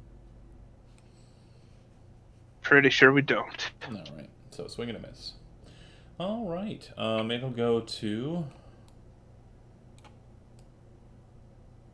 Oh wait, ignore. Damn it. Huh. Searing Smite is also concentration. I apologize. Yeah, you don't expend it. So the next time you hit is when it triggers. So the smite is still active on the weapon. Well, what I meant was I was still concentrating on Bane. You're no longer concentrating on Bane. You're concentrating on smite. Yeah. All right. Rusk. Again, this giantkin is basically blocking your way. You aren't here right now, so you're holding your position with Hackenstone on your back. Ginstone. Tor is down below, and so is Azaka. Calder. I'm 60 feet in the air, right? So I can't misty step. You're 50 feet in the air. If you misty step down 30 feet, you'll fall 20 feet. If you do so towards the door, I'll allow you to make an acrobatics check to see if you can mitigate the falling damage. Yes, we're gonna do that. Okay. Go ahead and make your acrobatic check. It's 11? There's kind of a bit of an awning over the door a little bit. You can kind of see it on the map there. You do so, you teleport just above it. You hit it kind of off kilter, not the way you wanted to, and you fall prone at the door. So you land here. And you take only 4 points of bludgeoning damage, but you're prone in that square. You still have your movement and your action, though. I can't use another bonus action as my action, right? Like, it's strictly bonus action? Yeah. I guess run away to cover. Is this danger zone in here? Everything is danger zone right now. You step nothing but inside and see pterodactyls. that there's a pterodactyl or pterofolk that's basically beating the crap out of. Looks like a lot of good hits from Shadow have entered into it. You are adjacent to one. All right. So move. All right. Oh wait, I see what you're saying. I take an opportunity attack. Yeah. That one's not down too the late. hole. Go ahead and move to your position, though. Yep. Yep. I'll take my swing. So it bites at you from behind and misses. Whew. All right, then I'll shimmy over here. All right. And I guess I'm gonna try and stab this thing. As a part of your movement, you draw your weapon and stab at it. Give me an attack. Oh my god. That'll work. Nice. Damage. As Shadow kind of like is pressed against the stone, you can see the bricks kind of push against him. The Terrafolk kind of lands and it's like just screaming in his face. In walks the Sea Elf, kind of just stabs it, and it just falls to the ground, laying there Oh, dying on thank the fire, you. smothering it out. Thank you. Now come save Doral. All right, Thank you. Just like narrowly escape my own demise. Shadow. 5, 10, 15, 20. Smack. All right, that'll hit. 19 did. It is adjacent to an ally, so sneak attack. And I don't even need that. Yeah. But what that? Yeah, okay. 15. Okay.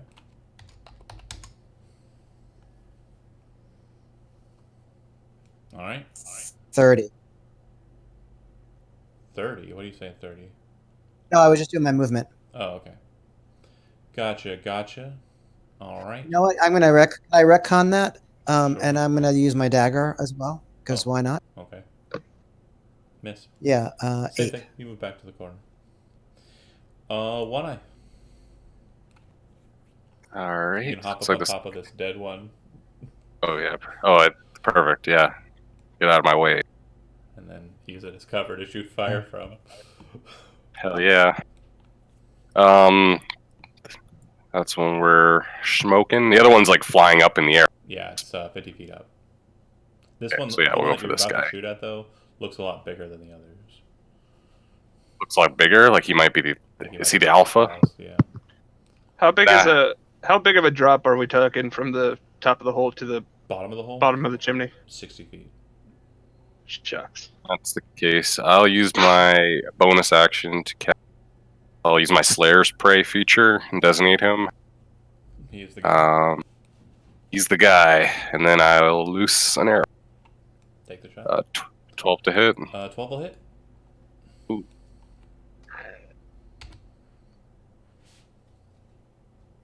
So 13 total. He starts bleeding out the side, kind of caught him in the shoulder, and he kind of turns and looks over at you, kind of distracted away from the hole at this point. Cool. All right. Hackenstone, you are up. Make a perception check.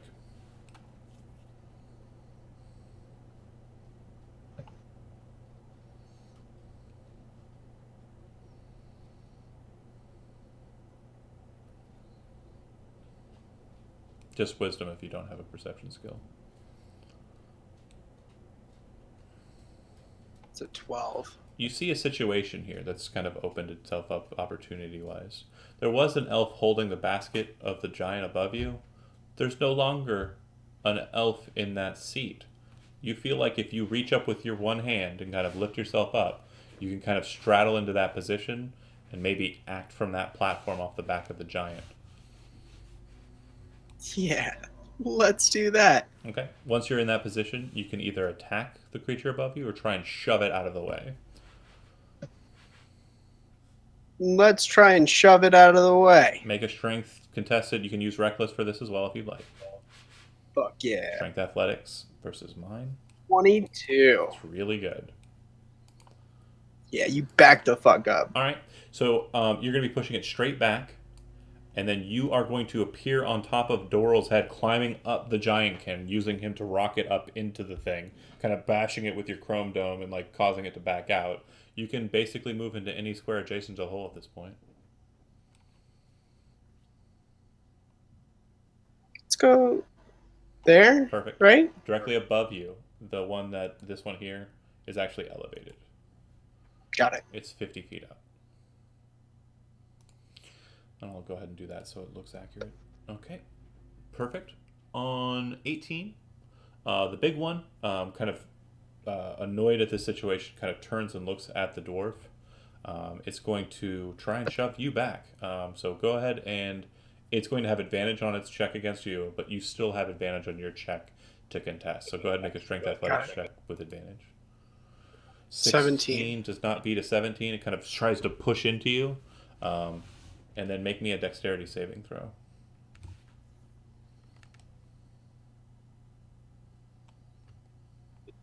The, 20. You kind of feel your feet kind of slide just a little bit, but then you kind of dwarf up and kind of hold your ground. The stone beneath you start to realize isn't as sturdy as you'd like it to be, and you feel it fall out beneath you before it does, and step forward kind of underneath the Terrafolk and hold your position like a rock. The one above you, seeing the situation, seeing the hole break open, drops straight down onto Doral again, trying to close off the hole.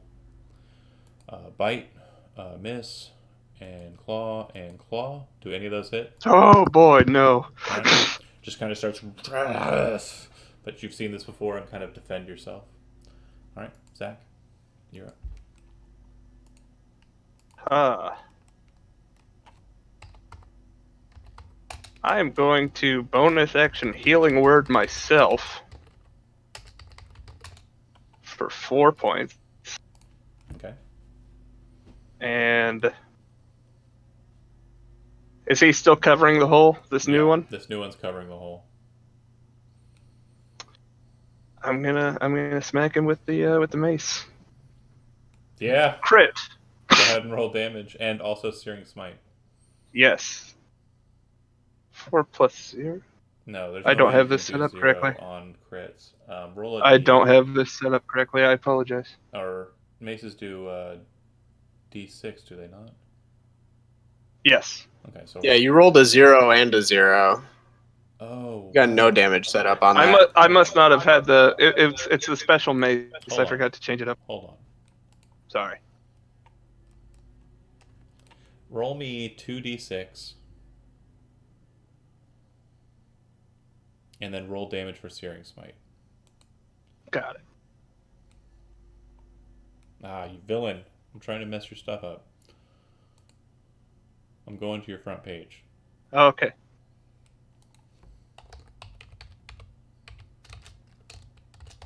A D6 fire damage. And then Mace of Smiting does something on a crit. Really? Man, I'm just doing great today. When you roll a 20 on an attack roll made with this weapon, the target takes an extra 2d6 bludgeoning damage, or 4d6 if it's a construct. Roll 2 more d6. I feel like a rogue. Give me Yeah. a total.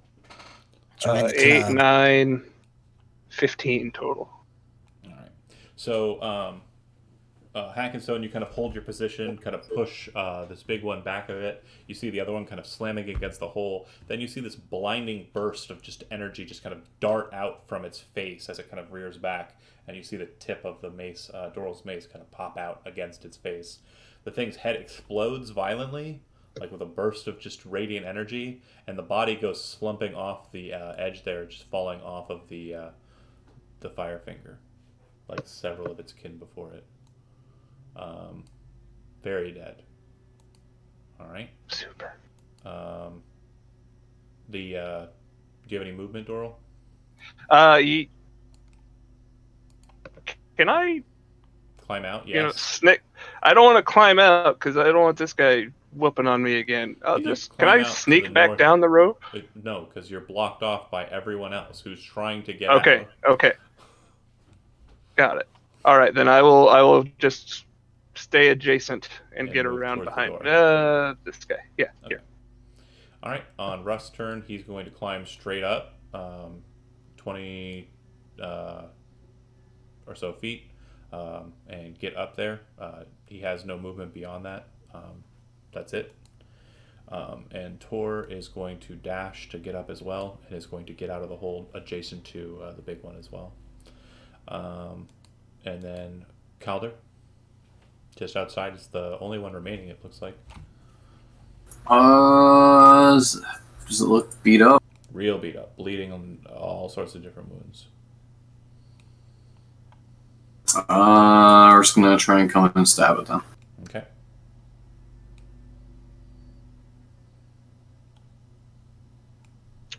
It's Inspiration? only an 8. Nobody? No, I don't know. Okay.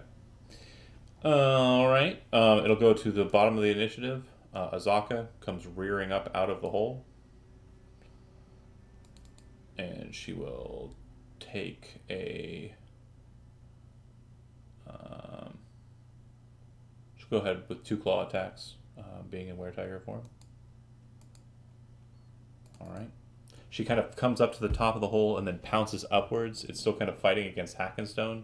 She slams into its chest and kind of like presses it down. Its wings kind of splay out backwards and it just gets slammed to the ground. She tears at its chest and it looks like it kind of goes lifeless. And in that brief moment, you see her head kind of snap in and go towards its neck and just tear out its throat. Oh. All done.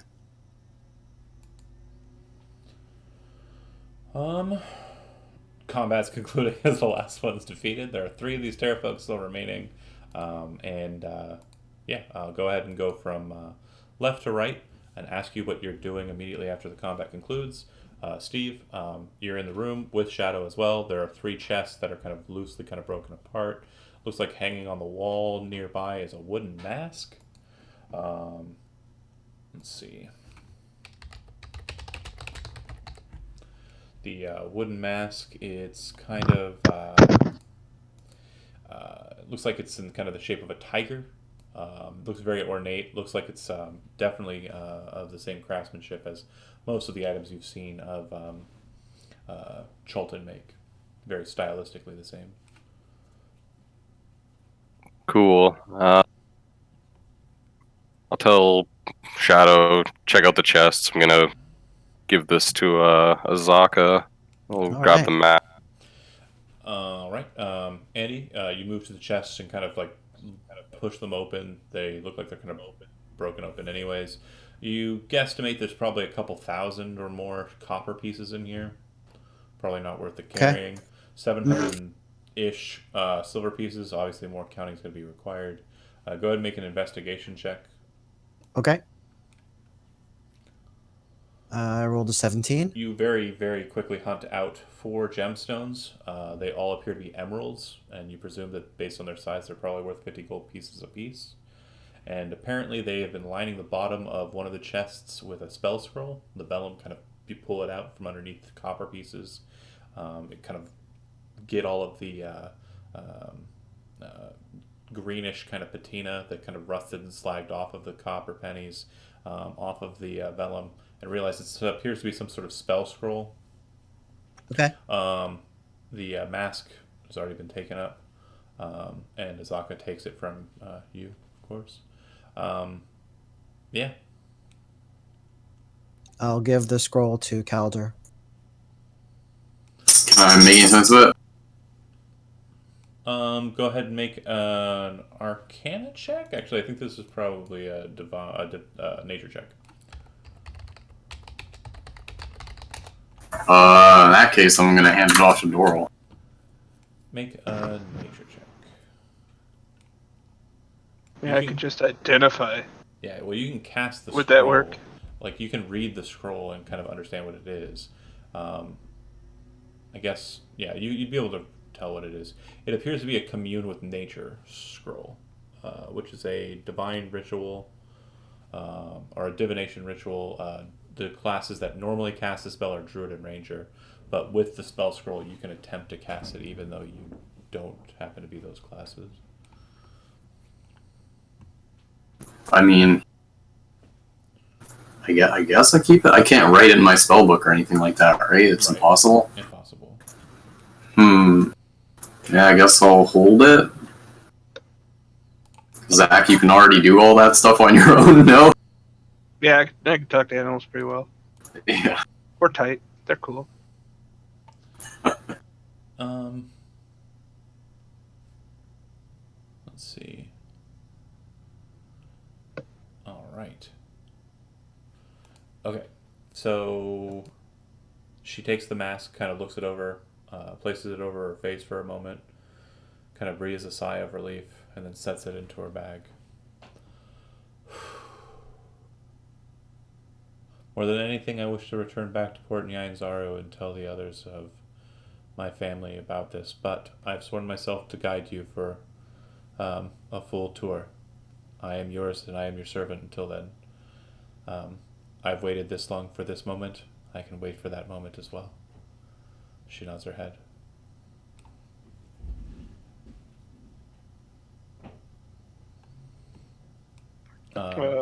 We appreciate that, of course. I can't.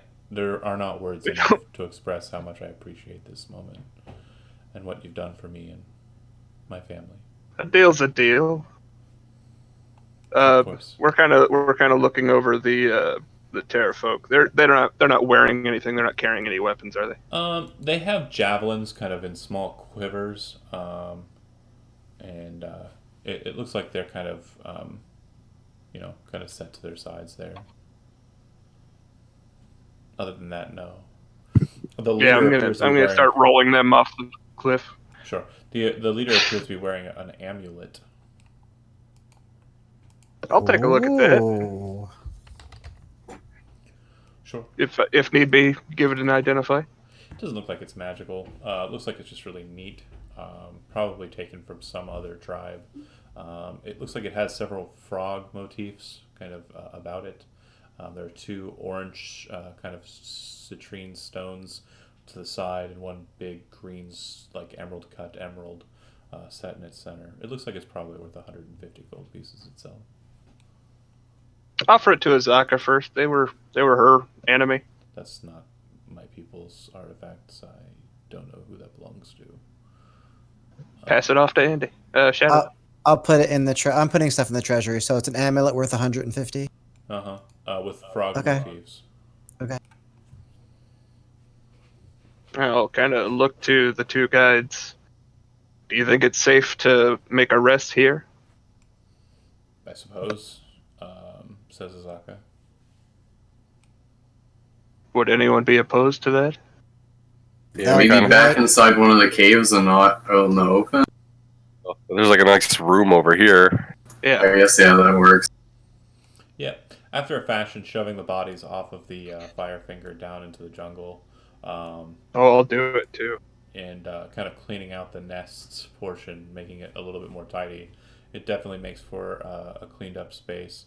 It seems that this is some old structure. It doesn't look like there's much to it in the ways of architectural designs, but at the top, the peak of the tower, some 60 or so feet above you, there is a huge, massive bonfire just burning, bright red and orange in the nightlight, and it definitely gave a certain ambiance to the fight. When you think about it again, Calder, you realize that that thing might not have been trying to raise you up to drop you, but to throw you into the fire. Big yikes. Thank God for Misty Step. Fair ability. Yeah. I'd look to Azaka and sort of nod towards the fire. Does that burn forever? I've never seen it extinguished. Interesting. Okay, we gotta Would have I to. have any inkling as to how that could Make a religion check. happen? 18. Seems to be a very powerful version of the spell Continual Flame. It also seems that the flame that's generated from it isn't so much like regular Continual Flame, in that it's more like a druid style spell, Produce Flame. It's actual fire. This is genuine heat. Cool. It's a lot of animals there, Kevin. It's one cat. Are you sure that's not two? I thought I saw two. No, it's Just long? Oh, okay. He a big boy. Fair enough. You guys set up your camp at the top of the Firefinger and get settled in, prepared to take a nice long rest. And so you do. At light of... you do most of it during the light, as if you recall, the end of your traversing of the jungle was at the beginning of the day, or the dark part of the morning, middle morning, kind of 2 a.m., 3 a.m. So you sleep and rest throughout the rest of the day inside of your tower. Calm, nothing happens, nothing crazy, and you wake up earlier than normal, trying to get kind of abreast of the situation and have light present with you, so as you're descending down, you're not going to be missing anything on your descent. Carefully, cautiously, and slowly and safely, with similar methods to the way you climbed up, but obviously at a slower pace. You spend the better part of the first portion of your journey descending down. And that's where I'll move you over to the player's map again. And at this point, it's decision time. We need to think about where we're going. So you pull out your map, kind of at the base of the Firefinger, and start thinking about where you're going. Generally kind of checking out what's available to you. So you can see from the Firefinger that south of you is Drungalung. There isn't much of a reason to go back there. Yes, there is. Intend to. You don't know if Peyroth Vengeance. survived or not. Vengeance, yeah. Or just good old vengeance. We did make a new friend in Curseball. You do have a party member named Calder who had some business or was intending on arriving in Port Castigliar before his ship crashed and he ended up wandering around in the jungle. And then you've heard about a place called Curseball, which you should be able to see on your map. You know its approximate location, and that it's on the opposite side of the River Olung. Olung being just south of you. I want to fly, so that sounds like potential, right? Yeah, that is opposite. How pressing is Calder's matter that he get to that port? I don't know, Dupree, how pressing is it? It's not. I mean, Oh, okay, cool. You were basically just going to port up in Port Castigliar. I mean, obviously, if any of your other crewmates survived, that's probably where they'd end That's up. probably where they'd be. Yeah, so if you want to try and secure shipping of some sort and kind of move around the outside of the island instead of traversing in it, that might be an option. But if your goal is to stay in the jungle and journey and find things, then of course stay in it. So like I said, the things that I've mentioned, you've got Drungrelung, which is kind of an open loose end. You have Port Castigliar, which obviously is potentially nice respite from the journey if you feel like you need it. Curse of Ball sounds like a pretty cool fucking place with magic to fly. And then you also saw on the way to Drungrelung from Camp Vengeance that floating mode of Earth known as the Heart of Ubtao, which was explained to you by Azaka. What's Mesro? Yeah, is that another city?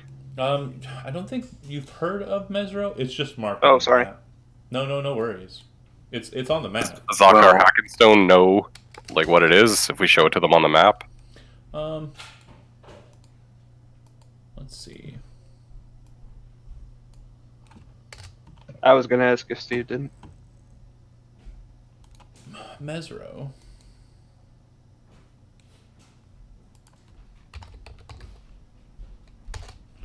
Mesro is, it was a large city built on the river Olang, the river that it's ascending off of. To your knowledge, it's not a city that is in operation anymore. I don't think. Yeah, it was destroyed during the spell plague. There's a lot of undead and monsters within. I was gonna say, it sounds like it's inhabited by zombies. Yeah. Okay, so not the RNR stop that I was hoping it'd be. No. Port Castigliar Like, we could- would definitely be the one. Or We could go to Port, maybe meet up with some more sailor homies. We could we could buy stuff, sell stuff, like resupply, maybe And meet then go more down river to Curse of people. Ball. Yeah, we could do that. We could also possibly get a ship. Like, I can sail a boat, and then we could go to Curse of Ball from the ocean and not have to deal with, like, any of the fucking jungle's bullshit until we get, like, parallel to it. you might I be was gonna say, able it to looks learn more like- things there too as well. Yeah, like, we might go to Port Castigliar and find out, like, a bunch of information. Like, maybe someone there knows about the Soulmonger. Like, Yeah, because or we're not. at That such does a. sound good. How do you know about the Soulmonger? Well, this is out of character, but yeah, you know what I'm saying. No, yeah, because we're kind of at a dead end with our. Yeah, I don't think you guys have told me. You just told me you're going Firefinger. Yeah. Now we're going. No, I think I like that. Does that sound That like a does good sound option? good. So Or traveling cast a towards... glue. Okay. Yes. So we'll go ahead and do Castiglia. setup for next session. You guys will be moving. You have 2 more hexes that you can move for the night after the Firefinger. So go ahead and move Doral in the direction that you want to go, 2 hexes, and give me that beautiful 2d20 rolls. I feel like we want to give Mesro a decent berth. So, over one, You up could one. go there for treasure, dude. I'll get later, though. 2D100s, I'm sorry? 2d20s. 2D20s, sorry. Oh no. And a 5. We'll go ahead. That's another T-Rex, dude. Why'd you do it? Why'd you roll 20, man? Roll a d100. Oh no. Low numbers. 47. Okay. On the nose, second T-Rex. Let's see. Yeah. It's a sand T-Rex. He turns into sand, eats up. You son of a bitch!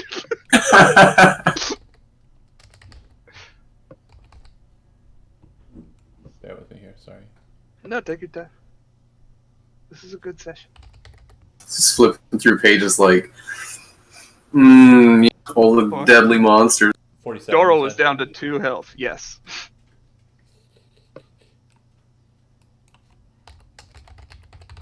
Wait, would we have long rested and healed? Yes. Yes. Yep. Yeah. And you would have recovered half of your total hit dice if any were spent. Half, okay. Yeah, you do not regain all of your hit dice.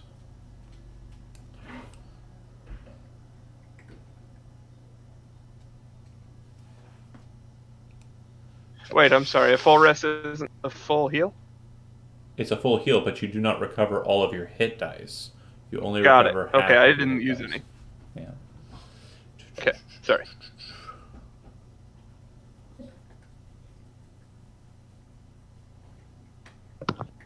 All right.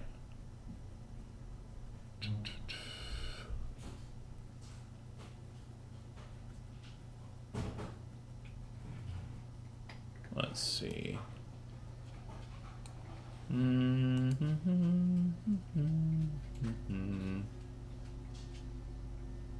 All right.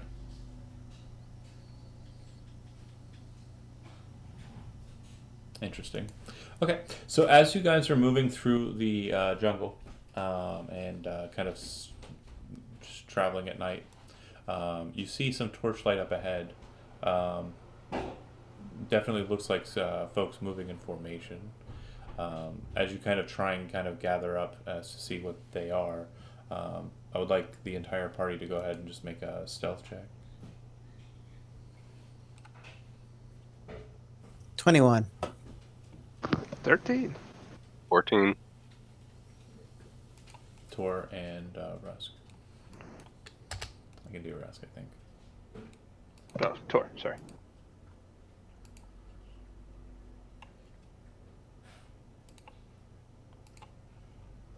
Uh, 21 for Tor. Tor is at disadvantage. He's in armor. Shit, so is Doral. That is a 1 for Doral. Okay. That is a crit fail Doral. So 2 failure. 1, 2, 3 successes. So more failures than successes. Okay. You feel like you're approaching them pretty cautiously, but then you realize that you've been spotted.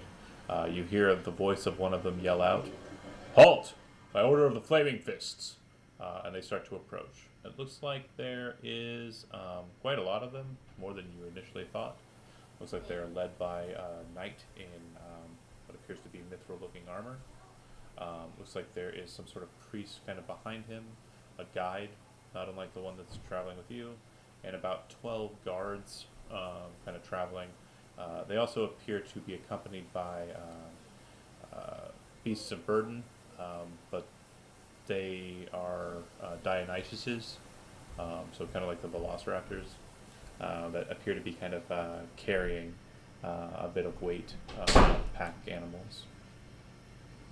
But the leader of them says, "Halt! By order of the Flaming Fists, present yourselves." And that's where we'll leave off for the session today. We'll start there. All right.